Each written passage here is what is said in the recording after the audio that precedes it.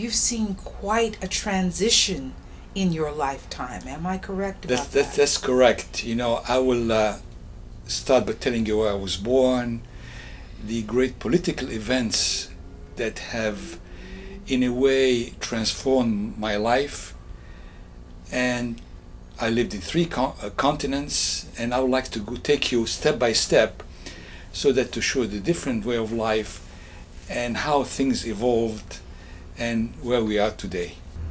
I don't know too much about my ancestors.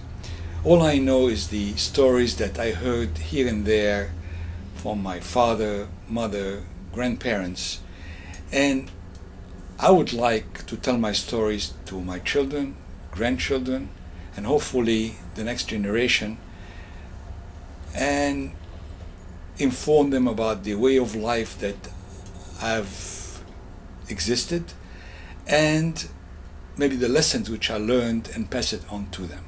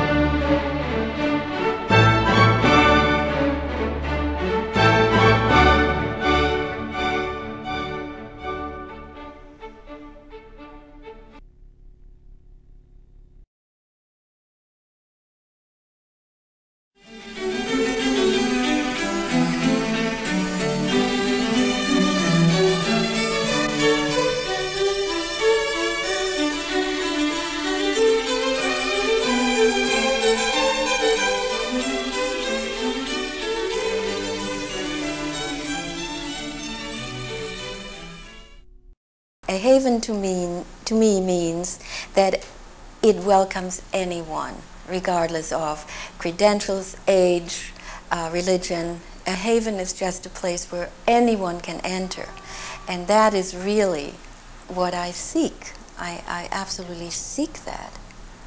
That's what you created in the Guild. Yes. So does the Guild accept all peoples? All people. Of course. Do you have to have any particular credentials to No, get in? none. None at all. That's really, what, as they say, neat. You don't have to have ever written before either. It's commitment to the task, to what it is that you want to do. That is the only criteria. Nobody passes judgment on that either. The point is that data, information, knowledge, and understanding are all concerned with increasing our efficiency. How can we more effectively get what we want? Wisdom is concerned with effectiveness. And it's only fairly recently we've come to understand the difference between them. We used to use them synonymously. The best distinction I'm aware of is one that was made by Peter Drucker when he said there's a difference between doing things right and doing the right thing. See, doing the right thing is wisdom, effectiveness. Doing things right is efficiency. Now the curious thing is, the righter you do the wrong thing, the wronger you become. If you're doing the wrong thing and you make a mistake and correct it, you become wronger. So it's better to do the right thing wrong than the wrong thing right. See? So we're now questioning. It turns out that almost every major social problem confronting us today is a consequence of trying to do the wrong things righter. So instead of looking at the efficiency with which we're pursuing our objectives, we're beginning to re-examine the objectives. Would you like an example? Oh, I'm mesmerized. Go right ahead. Well, take the healthcare system. As you know, it's been deteriorating terribly. We're the only developed country in the world that doesn't have universal coverage. We've got 42 million people uncovered. We are not the best health care system in the world, despite the politicians. According to the World Health Organization, we rank 37th, not number 1. Furthermore, we spend 3 times as much per capita, even though we don't cover everybody, as number 1. But something is fundamentally wrong. And what's wrong is we never had a health care system. That's a misnomer. What do you pay a doctor or a hospital for? We're taking care of you when you're sick or disabled. It's a disability and sickness care system, not a health care system. Somebody said, aren't they the same thing? Well, of course not. What's the worst thing that can happen to somebody who depends on his income on the treatment of sickness and disability? See, if everybody were healthy, it would destroy the system. That can't be a health care system. If we wanted a health care system, you would have to pay a doctor for keeping you healthy. You would pay him a fee, and he would then pay all your medical expenses. Now, it's in his interest to keep you healthy, not to keep you sick.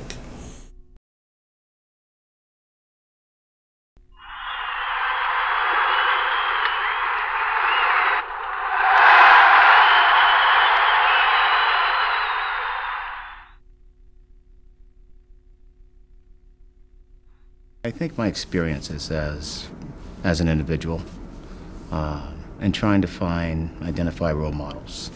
Who are the people out there that impressed me, or people that I want to be like, or I want to follow in their path, and whose shoulders was I standing on to get there?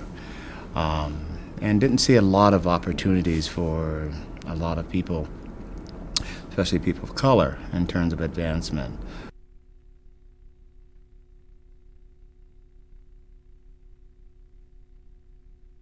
You grow up in a predominantly majority community, and schools and college, coaches, teachers of a predominant culture that didn't give a lot of looking at people like me. And so there was this really philosophical belief that we need to have change. We need to have other role models. All the important actors she has helped to express themselves, from Patrick Stewart, of course, my favorite, Alfre Woodard, Donald Sutherland, just to name a few. We would be here all night. And you are known primarily for this extraordinary view you have about the use of the voice, as opposed to voice technique, working with the natural voice. So I want to start by asking you the first question. Don't you have a wonderful voice just because you're from Scotland? You've rumbled me, yeah.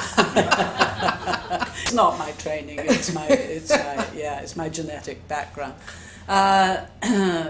Probably, I think rain and wind are very good for opening up the voice, opening up the throat, being in touch with nature and so on. And it's true. I do have a family voice. The family is vocally pretty strong, I have to say. And I mostly work with people whose voices are not big and strong and rich and full of range. I mostly work with people whose voices have been scared into hiding. Little voices, hiding behind their noses, hiding in their jaws.